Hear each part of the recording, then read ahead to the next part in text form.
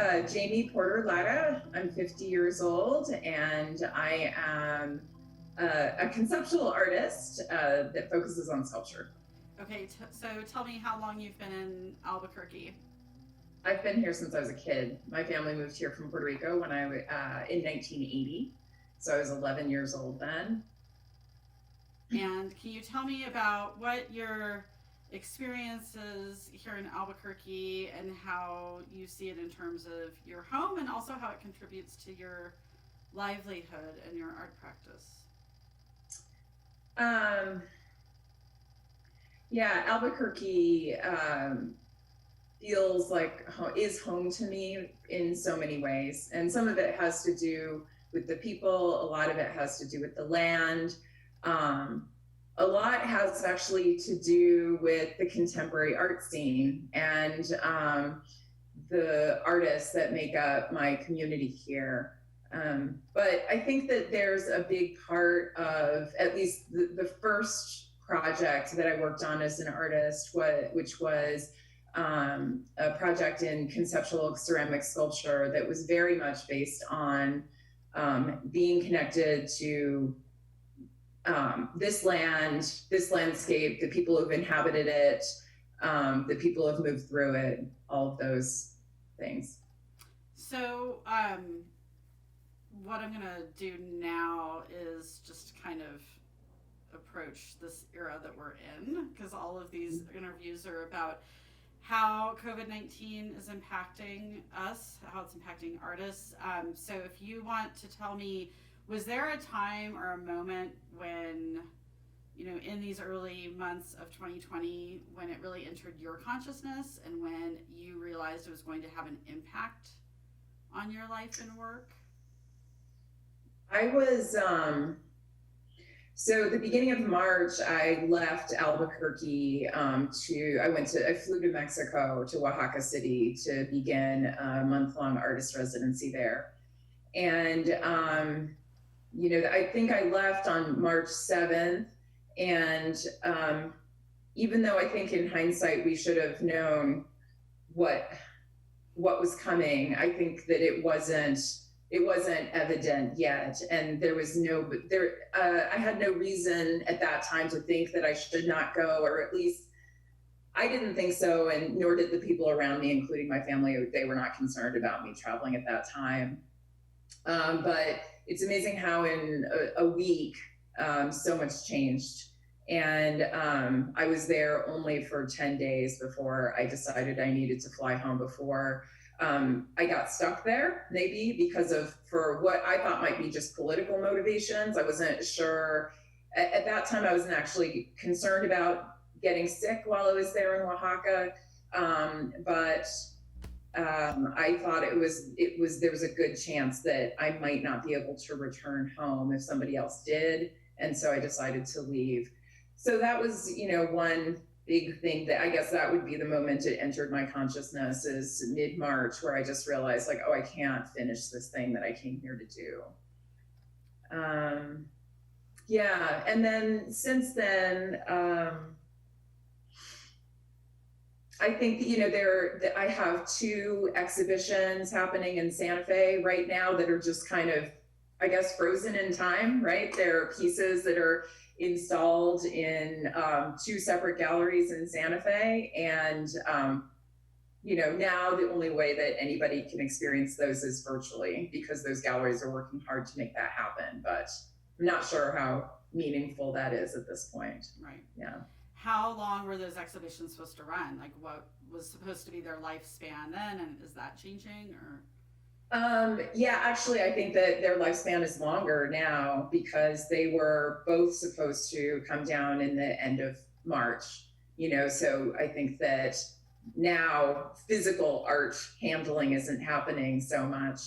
And yeah, but their sort of lifespans were cut short in terms of the ability of anybody actually to see that work or buy it, obviously.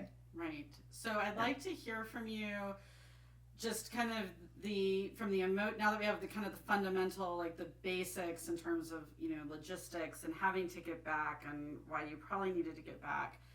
what's been just the emotional ride of making these decisions, following through with them, and just also how it is impacting like your art and its ability to engage with an audience? I think that I'm in many ways in a better position than a lot of other artists who are supporting themselves from their artwork alone. So I've been fortunate to be able to dedicate myself to being a professional artist since 2014. But that has been largely because of my partner and her income, being fortunate not to have any debt. There are a lot of factors that have enabled that to happen. But in the last couple of years, it's actually, this has actually become a financially viable proposition, right? I was actually, in the last 3 years, I was starting to really make money that I could live off of. At the same time, last year, the ceramics project, the conceptual sculptural project that was about connecting ancient ceramics techniques with the plastic bottle, thinking about both things as artifacts. I felt like I had come to an end, or that I needed to stop with that project and move on to new works that I've been incubating for a while. And those works are actually about whiteness and the reproduction of whiteness in the domestic sphere.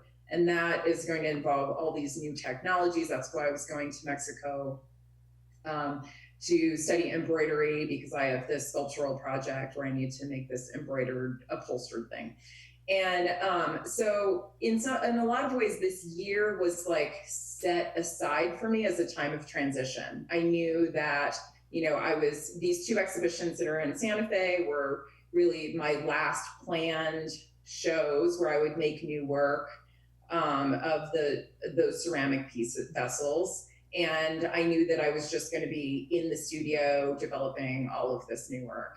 And so I suppose that, the part of this is that I'm really moving with this new work into something that's like in a different world. Like, it doesn't have the same commercial kind of gallery appeal.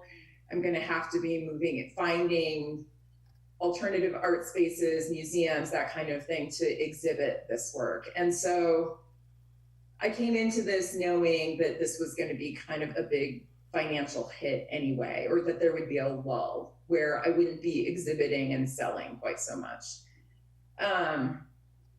That being said, my gallery in Santa Fe, Gerald Peters Contemporary, still has a ton of inventory. So I was anticipating that those works would continue to sell and bring in some income during this time where I'm figuring out this new stuff. So I don't know, that's for that reason, I think that,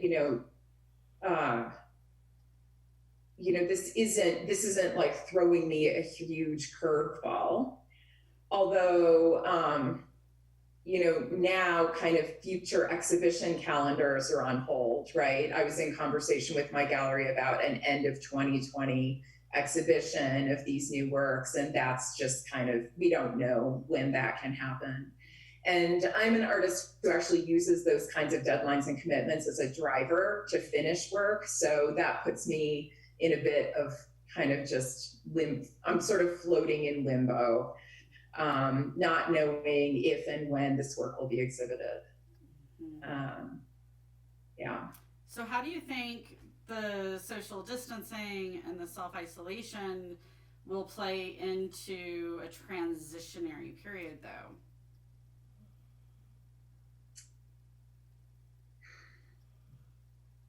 Yeah. You would think that this would instantly translate into just like, oh, great, this is like great immersive time in the studio.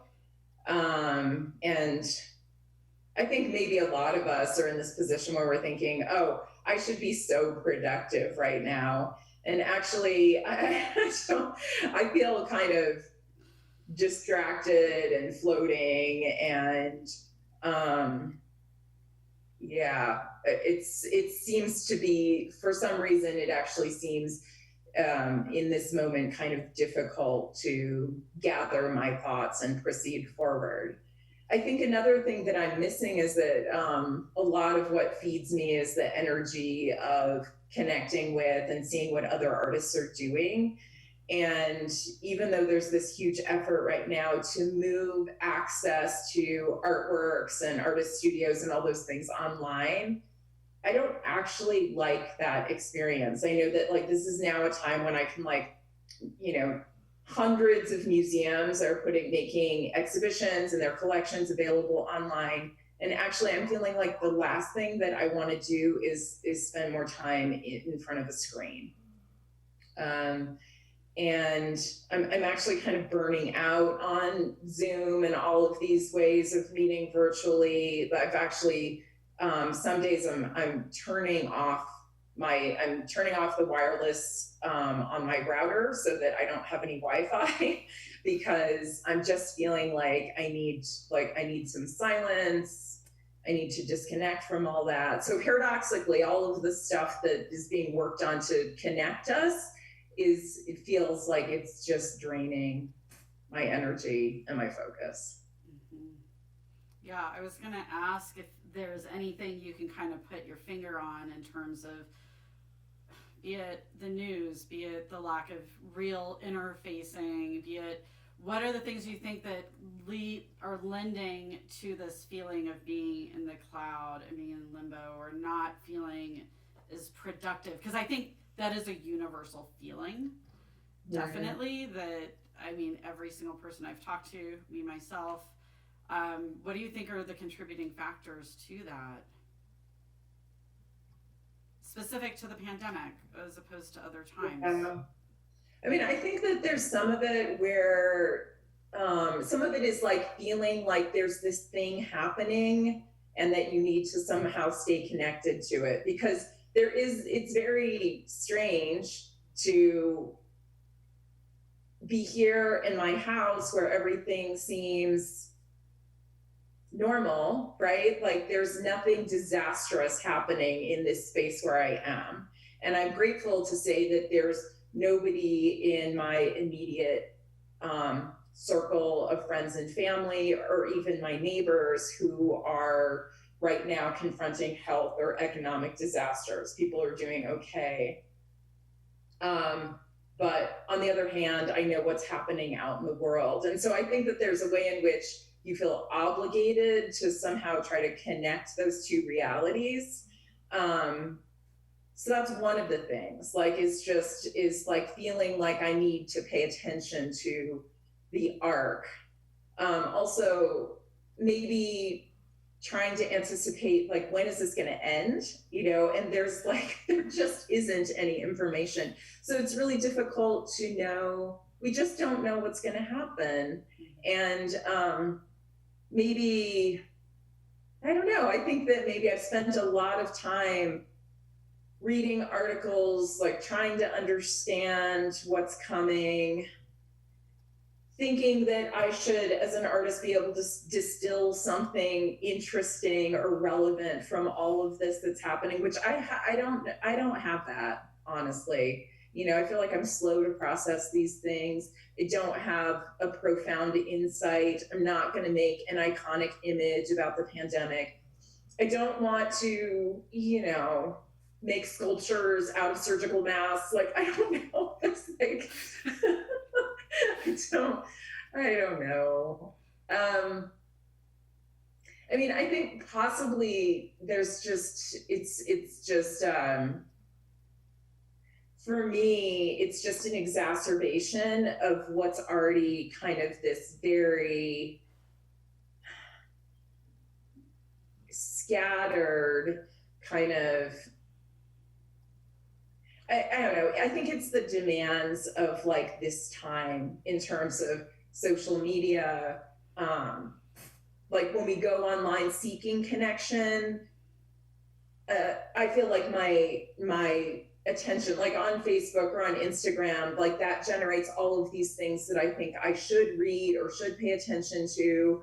I should take MoMA's free online class. I should be participating in like some artist's Instagram like daily practice where like I'm gonna make something every single day. I don't know. I know I'm just kind of going on about this, but this is just, that's kind of how I'm feeling about it. No, I think it's completely appropriate. I mean, I think it's, I'm glad for it. For me, for my interview, I'm glad that you're going into all these things, because that's the whole point of this, is to just try and really understand where we're at. And Yeah. I want to understand not just where you're at, where every single person I'm interviewing, where they're at. And it's interesting to see the similar themes and then what's unique to someone's own experience as well. That's kind of what I'm trying to glean from each of these. So, I mean, I thank you. I was hoping you would purge and share from my perspective. But what do you think? Is there anything then? Also, I'm just wondering on a personal level, if you are someone who's driven by deadline and with this like unknown timeline that we're in, or are there any things you're kind of seeing in your own self that maybe wouldn't come to light if it weren't for these very unique circumstances? Has there been any of that that's like, or interesting triggers or things that are happening with this that maybe wouldn't have surfaced otherwise?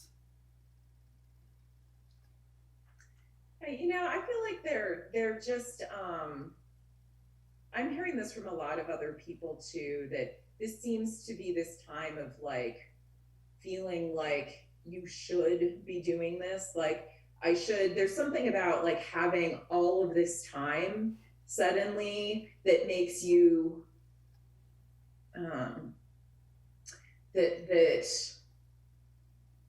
I don't know.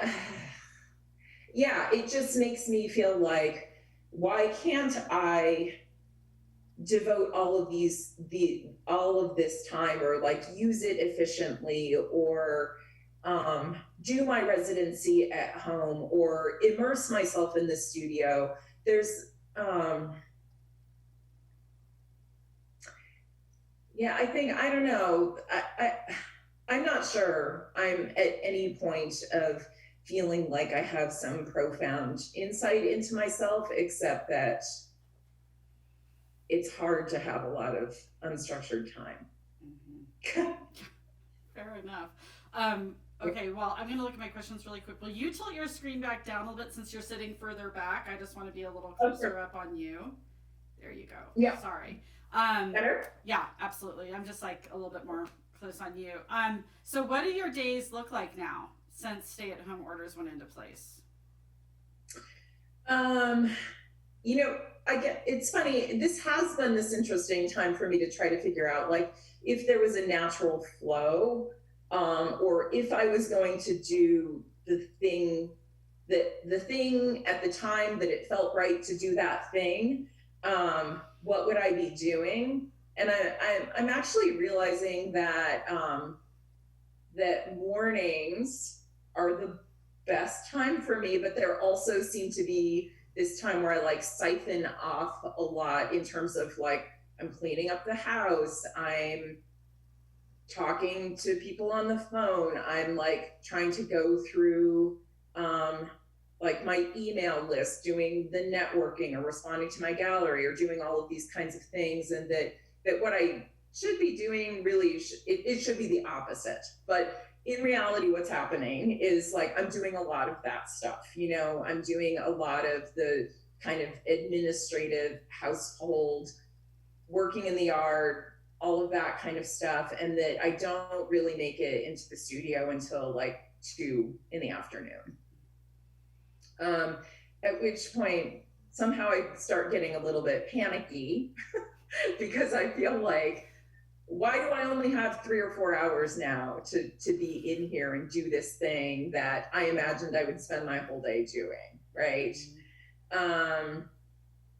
And so actually, but what I have been doing in the studio right now is taking the time to clean it out. I've been in this process of transition in terms of the artwork. I have a very small studio. It's 140 square feet, and it is like covered in an inch of clay dust from my, 5 years of ceramics. And so I'm actually just like taking everything out, going through it all, throwing things away. I actually threw pots in the garbage yesterday because I was feeling so oppressed by them. And also it seems appropriate to me because in some ways the project is about like what's trash and what isn't and what's precious. And it seemed just like completely fine to like do that, and such a relief.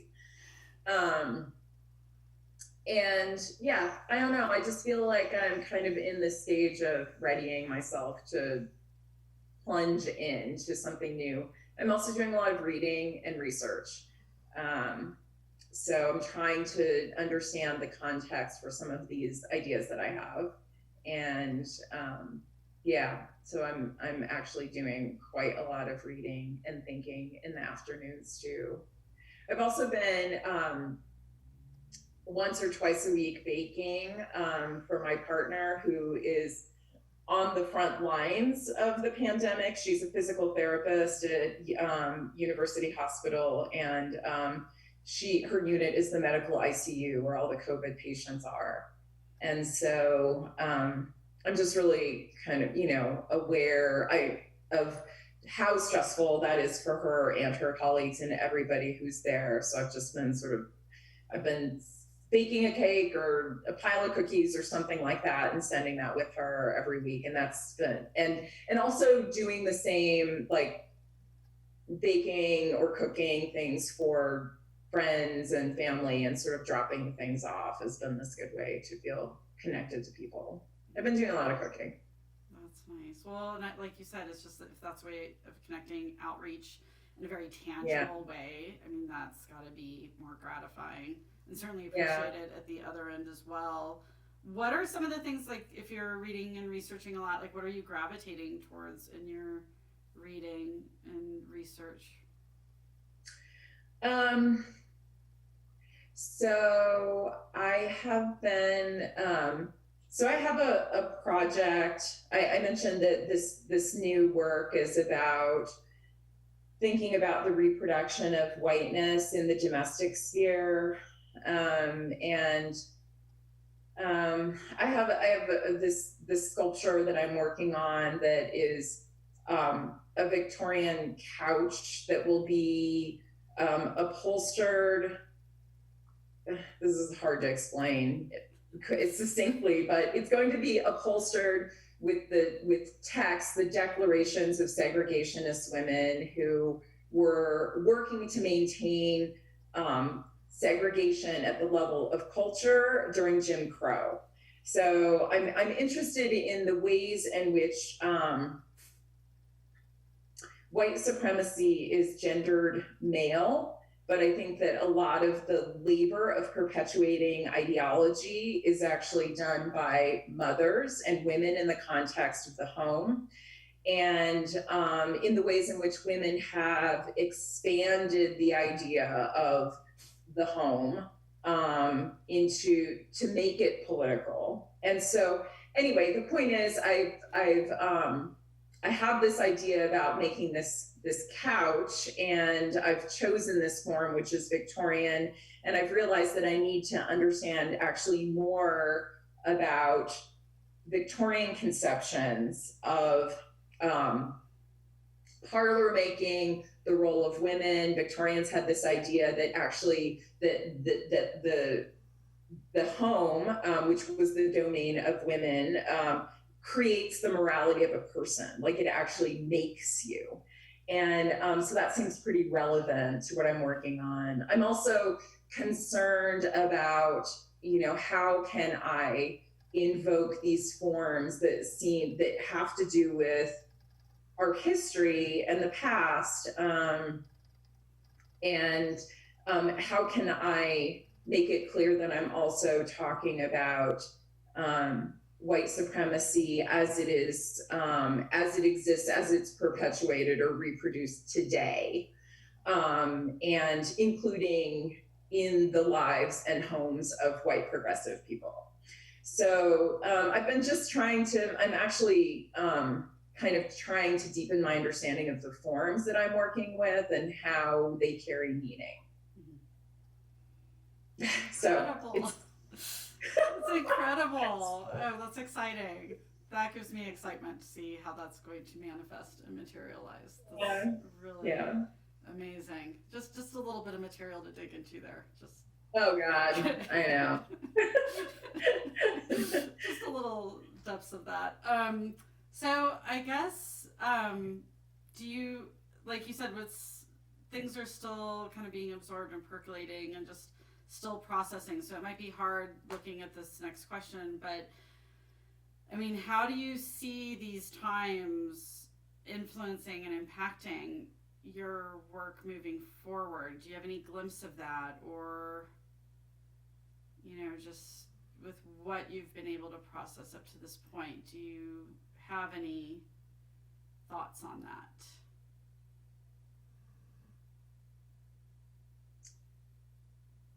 Gosh. Or in terms of how people engage with your art, your engagement with art moving forward. I don't know. I wish I had good answers to this. I really do. I mean, like I said, I'm I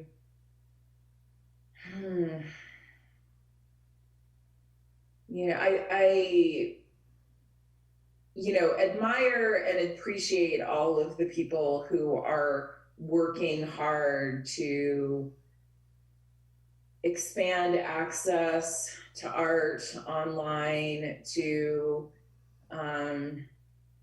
give people insight into their processes. I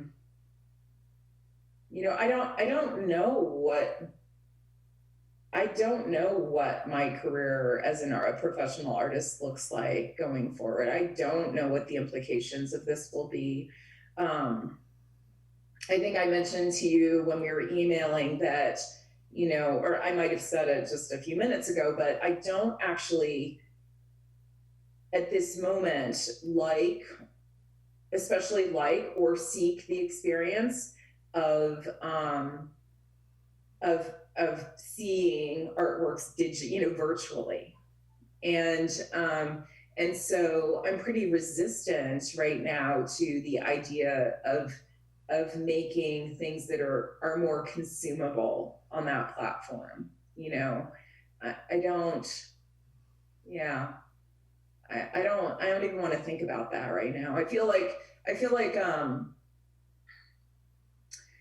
what makes my work distinct as a conceptual artist is my attention to craft and to my dedication to, I don't know, the materiality or objectness or something of the things that I make. And so it's pretty difficult for me to imagine, especially if we're talking about this extending into 2022, what is that going to mean? I don't know.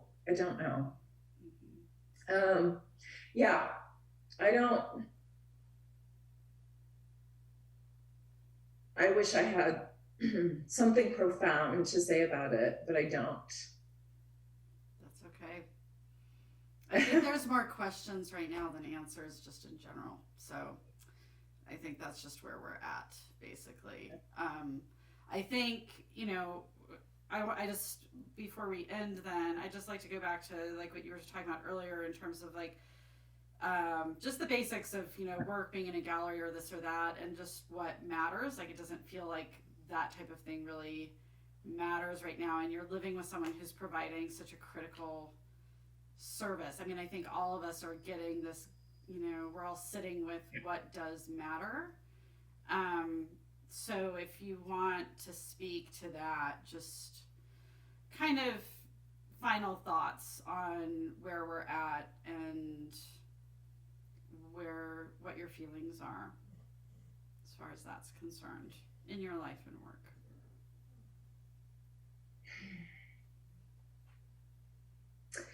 I do believe that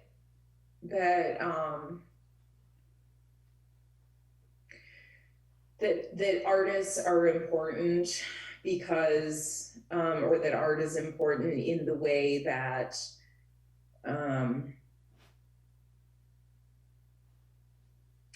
it can help to show something that wouldn't, I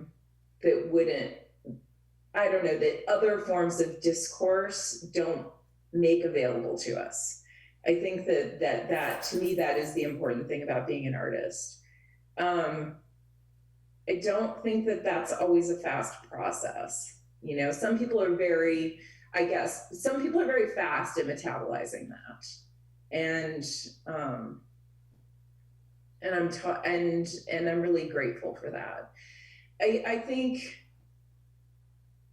that, you know, that what matters right now is that it seems, I think that what we're seeing is that things that we thought could never change or could never happen in our lifetimes can happen in a matter of weeks, right? Or days. That, you know, the machine of capitalism, that that political systems, that whatever, that I don't know, the role of oil in our economy, like all of these things that were, you know, we were told were sacrosanct, that could never change, that all of it can just stop or change in an instant. To me, those are the important things that about what's happening right now, I think, is to just internalize that the awareness that all the stuff that felt immutable can actually change. Yeah, I think that's, for me, that's the thing. Excellent. Thank you. No, well articulated. Thank you very much. Is there anything that you think I haven't covered that you think is important to explore, or that I should be asking when sitting down for these interviews? I don't know. I'll have to think about that and get back to you. Sure. Yeah, I wish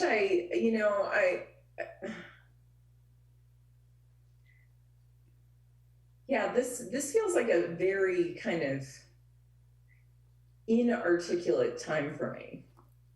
You know, I'm used to being able to talk about stuff, and I don't have a lot of words for this, but no, the questions are still percolating. I'll let you know when they come up. Okay, that's good. Yeah. I'll just stop rolling.